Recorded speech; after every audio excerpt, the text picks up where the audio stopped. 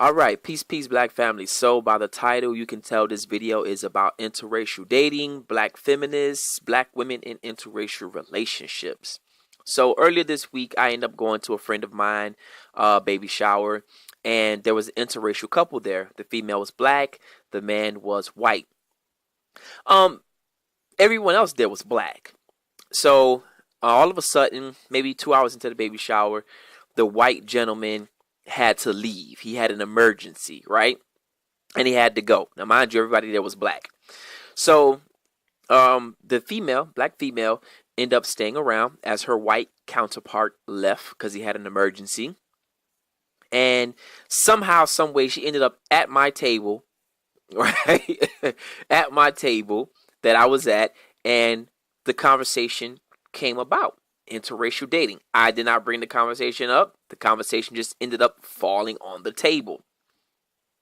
And so she began to, what I perceived to be, was blasting or bashing black men.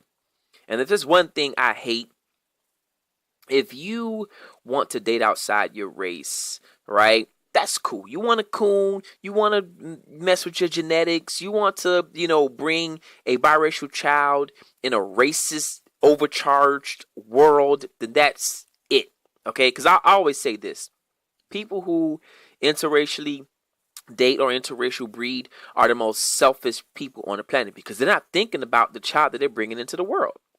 The confused child that they're going to bring into the world. And this doesn't mean I hate biracial children at all. I've always said that. I don't hate biracial children because they can't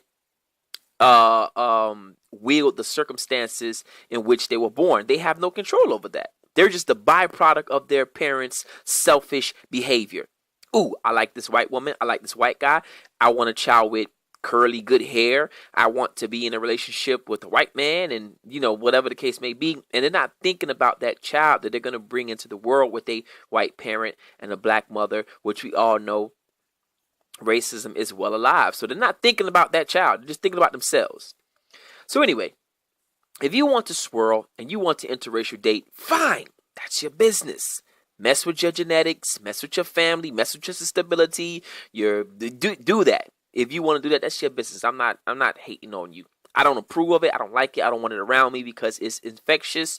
It's insidious. I just don't want it around me.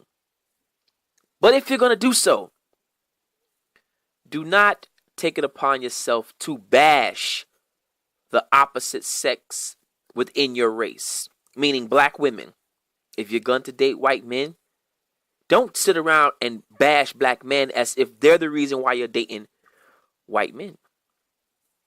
Black men, if you're going to date white women, don't sit around and bash black women as if they're the reason why you date white women. Because you know what that actually means? When you ask a black person, well, why are you in a relationship with someone outside of your race? Well, because niggas don't know how to act right and black men don't know how to treat you. So what that subconsciously means is that you wouldn't date this white person if black men knew how to act. You're only dating them because you perceive that black men don't know how to act. Vice versa for the men when asked about women. So really, you're lowering your standards of dating because, again, you're saying out your mouth, well, I wouldn't be in an interracial relationship if black niggas knew how to act. And then men say the same thing. I wouldn't be in an interracial relationship if sisters knew how to act. Y'all always got attitudes, snapping y'all fingers. So, you really don't want to be with that white person. But you're just bashing black people to justify you being with that white person. But nevertheless, if you're going to do that, cool, fine. That's your business. Do whatever you want to do. That's your business. But people like myself don't want to see it. We don't want to be around it. Because, again, it's insidious. It's infectious. It does things. I remember being on a conversation with a friend of mine. She was going to see her family in New York. And her sister had married a white man. They had a kid together. And she had a fully black child. And I said, hey, when she goes to play with her cousins, watch them closely because there's going to be things that's going to take place. Because, again, the biracial child is going to feel a certain type of way. She's like, no, they're going to be fine as her cousin. She called me and was like, Brother Hassan, my daughter's crying. I said, why? She said, because her cousin, who's the biracial girl, right, that I warned her about, told her that she got nappy ass hair Now, mind you, they're kids. They don't, know. But this biracial girl knew enough to know that, look, your hair is different from mine. And from what my parents have told me and what society has told me is that my hair is good and your hair is bad. That's what I mean by it's infectious. It's insidious. It can make its way within a family and drew things within a family. So I don't want it around me. But anyway, back to the story. So this sister goes around and starts what I perceive bashing black men and why she's in an interracial relationship. Y'all know I had to shut that down. Y'all know I was not going to allow that to happen. When black women start saying things about black men in negative ways, I think in my head, damn, you always think like brothers was fucked up? Like you always think that our love dynamic has been in this situation? You always think that this has been our behavior? You can't see this as a social, political way of destroying the black love dynamic? Like, I mean, love varies based off of society and culture. We know this. But for you to say out your mouth that the white man treats you right, then you must have forgot the 400 years our ancestors have went through. Matter of fact, you must have forgot how white men treat their women in general. The whole reason why there's a feminist movement is that the white man systematically oppresses his own woman. That's the whole reason there's a feminist movement. Black women have no reason to be feminists because we don't have any institutions to oppress you. Yes, we might be psychologically messed up because we are adopting a Eurocentric way of dealing with our women, like my brother Neely Fuller says. Matter of fact, let's play a video from Neely Fuller right now. White males have always mistreated all females and taught black males and encouraged black males to mistreat black females. All right? So females all over the planet, all of the females all over the planet have been grossly, horrendously mistreated and are being mistreated even as we speak. I mean, that mistreatment is not isolated, whatnot. It's just people just mention it every now and then. But it's 24/7. It goes with the system of government that we have, the world government. It is okay to mistreat females, whether you're white or non-white, except if you're non-white, you better be very careful about mistreating a white female, all right? Now you can get into serious trouble. But for a white male to mistreat a white female, that's considered okay among the white supremacists themselves. I mean, that's almost like a handshake deal. Wow. And they have always done that. All right? At the same time, they will glorify them, all right, when it comes to other people. But when in the house themselves, they will kick that black female around, that white female around. White men will do that. People Yes, sir. who have worked in white people's houses have found that out. Particularly back in the old days when Yes, you sir. had a lot of maids. Yes, sir. And sometimes the maid has to come to the rescue of the lady of the house, you might say, Wow. and say, you know, Mr. So-and-so, you shouldn't talk to her like that. I mean, she didn't do nothing. She didn't mean no harm and all like that. I mean, you know, the black maid has to intervene in order to help the white female out. Yes. You know, or something. But then, on the other hand, the white female is also considering herself a part of the establishment, like in the slave plantation. The white female was abused by the white male, but if the black servant, the black female, who is the maid in the house, even talked back to the lady of the house. Now, wait a minute, all right, who's in charge here? Okay. And say, well, I just, Miss Alice, I stood up for you yesterday when Mr. George was talking to you in an abusive fashion, and now you're talking to me in an abusive fashion. Say, yeah, but you're the maid. Wow. You are a Negro.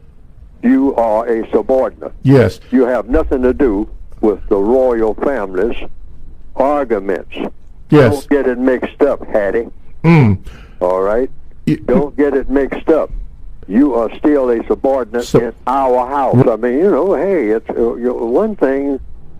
In the system of white supremacy, the white supremacists always let black people know, I'm not only in charge of you. Yes. In charge of everything that you claim is yours, including what you say is your woman. Yeah.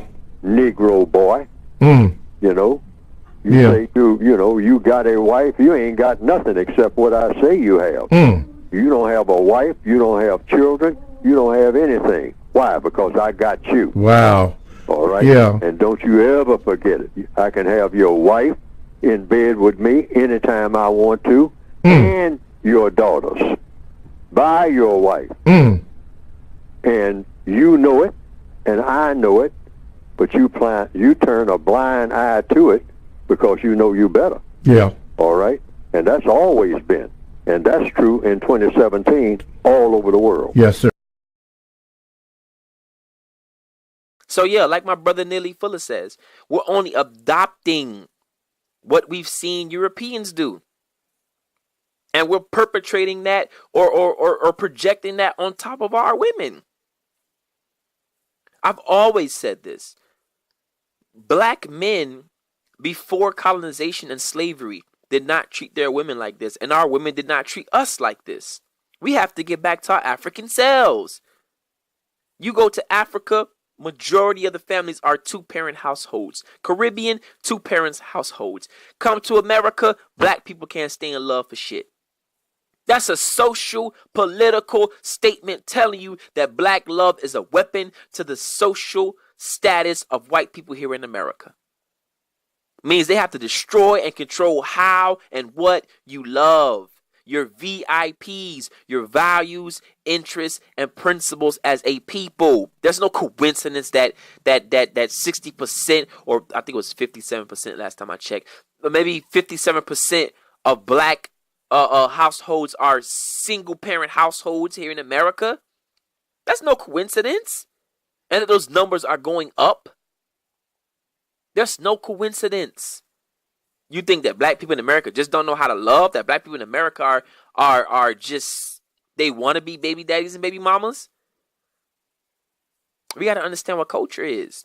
I've said this several times. Black people throughout the diaspora and on the continent don't have a black culture. We have a slave culture. We have a slave culture from the language, from the religions, from the foods that we eat, from the way we interact with one another. We have a slave culture, even on the continent. Because a continental African will tell you in a heartbeat, you're not African. Well, I'm not African. Because you don't speak the language and you don't do the dance and you don't know this. Well, Negro, when I go to Ghana, no disrespect to my Guyanese family or my people from Ghana or Nigeria or any other place. But when I go to those places, I can easily say you not African. Because you got big statues of white Jesus and you guys are more Christian than the Europeans. But the point I'm trying to make is that we have to understand that things are evolved socially. How we interact socially. One of the things I've learned from Dr. Amos Wilson is we have to find out why we're having children in order to produce healthy children. If you had a child by accident, 9 times out of 10, you would treat that child like an accident. We got to get back to that fundamental root. Why are we even having children? What's the purpose of having children? Right? So, anyway, I got totally off topic. So, the conversation got very heated amongst this. I'm going to call her a bed wench, a suspected bed wench, because she obviously was with a white man and obviously felt that brothers ain't shit, right? But again, this comes from amnesia, because there's a level of amnesia in our community. We think that because a white person sleeps with us, that somehow this person can't be racist or can't see us as a fetish, or they just can't be racist if they're sleeping with us. As we know, for 400 years, our women, queens, sisters, mothers, ancestors, were raped by the European. You see what this is? Black women nowadays call this being kinky, being tied up, chained, whipped. This is slavery, man. This is what our ancestors went through. But a European white man would tell a black woman, oh, I'm being kinky, I'm trying something new. And now you even have black people adopting this form of sexual behavior. To sit around, want to tie up their partner and blindfold them and whip them. Where have we got this level of masochist behavior from? The European. See, a lot of people say, well, I just like it. Well, you have to find out why you like it. What have you seen that made you like it? A lot of people think they have freedom of thought. No. Everything you've seen, everything you experience, everything you like, everything you think you like has been introduced to you somehow, some way, in some form. There's nothing that you like that you originally think you like on your own. It's been introduced to you. And so when I see black women talking about this as being kinky and sexy and whips and chains, who introduced that to you? Why do you think you like it? You must have a bedwitch fetish. You must like to get tied up and whipped like our ancestors during sex, and you want a white man to do it. Or you want a black man that acts like a white man to do it because you have been introduced to some sexual perversion. This is true. This is a fact. And, it goes back. It goes back. If you can see these photos right here, where you see our ancestors being tied up for sexual pleasure. And these women still do it to this day. And you have black women who still get involved in this type of stuff to this day. And they think, oh, no, there's nothing normal with that. It's nothing normal with having a white man tie me up and beat me and whip me and spit in my face or shove his pink pig penis down my throat until I throw up. Like, black women are like, oh, no, it's okay. It's fine. It's fine. So we have a lot of women out here bedwetting. We have a lot of black men out here cooning when it comes to interracial dating. You want to do that? That's your business. Keep it away from people who are Afrocentric, who don't want to see that shit. We don't want to see it. We don't want to be around it. We don't want your infectious behavior, infectious way of thinking to enter into our communities and into our children's communities. Everything I work for as a black man, when my daughters get married, I want to pass on to another black man. I worked hard for what I got. I don't want to walk my daughter down the aisle to a white man so he can take every dollar that I've worked for and then put it into the white community. That doesn't make any sense. That doesn't benefit my legacy. Europeans don't do that. They understand legacy. We don't. We talking about love is love. Okay. Love ain't got no color. Okay. But hate got a color, though. And 9 times out of 10, hate is black. Because black receives a lot of hate. So it was just interesting talking to this bedwench today, man. Because she doesn't understand her history. She doesn't understand how oppressive the European has been to his own woman. See, the European will act like he liked black women. To get in their panties, to receive sexual favors, whatever the case may be. So the thing about this is the European is more slick with his shit. Black men straight up, they're like, look, man, baby, I'm trying to get some ass. I'm trying to blah, blah, blah, blah. And they might be, they open with it. The European would have a full-on relationship with you. A full-on relationship with you. Just to keep getting that black pussy. Some white men fuck dogs. You think you an upgrade from a dog? You don't think they gonna keep you around just to keep getting some black pussy? If they fucking dogs, snakes, cats, and rabbits and all that type of shit, you don't think you an upgrade? Think about this, family. Really.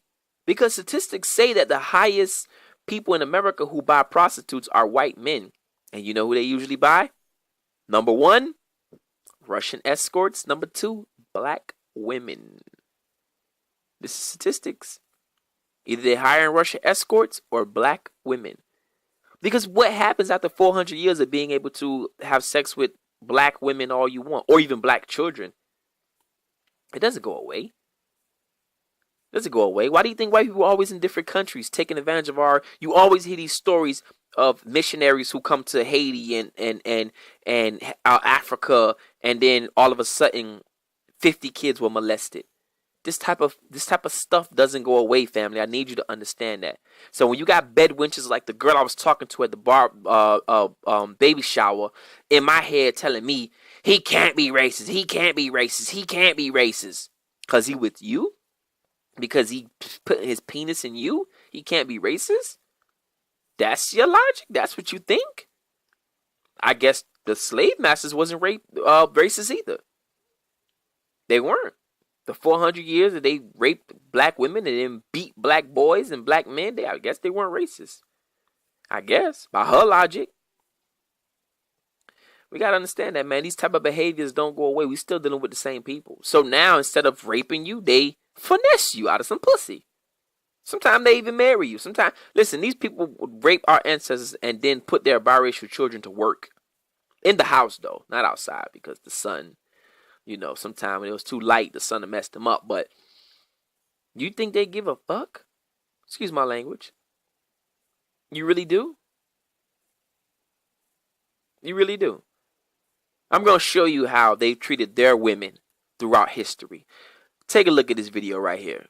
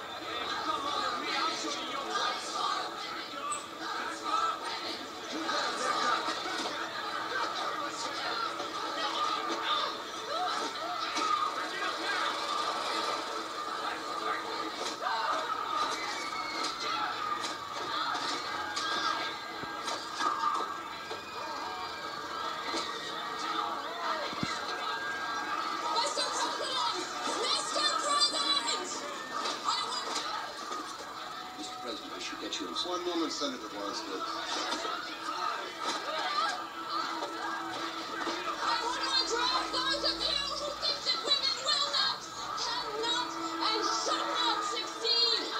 We will not be silenced, and we will not be ignored.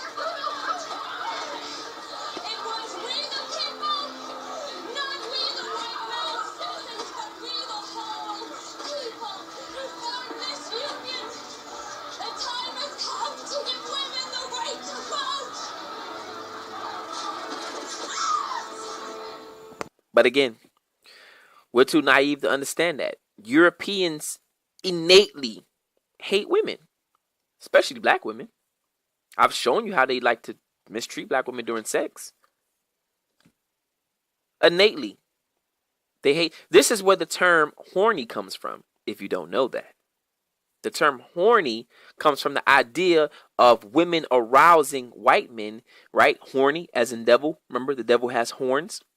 They would get horny, and then they would when they ejaculate, it made them feel weak, so they would kill the woman or abuse the woman. Because you got me horny, devilish behavior. You got me horny. That's where it comes from. So when you say the word horny, you're like, well, that doesn't even make sense. Why do I use the word horny for aroused? Because Europeans believe that getting horny made them devilish. And then when they ejaculate, they will feel weak, and so they will beat the woman and sometimes kill the woman. This is where the term wife beater comes from. Wife beater, the little tank tops that we wear in the hood, it comes from that. Because in the 40s and the 50s, white men will beat the shit out of their own women. But now you have Negro bedwenches saying that white men treat me better than black men do. Of course they do, sister. Of course they do. Until next time, family. Think black, stay black, love black, support black. And that's real black power.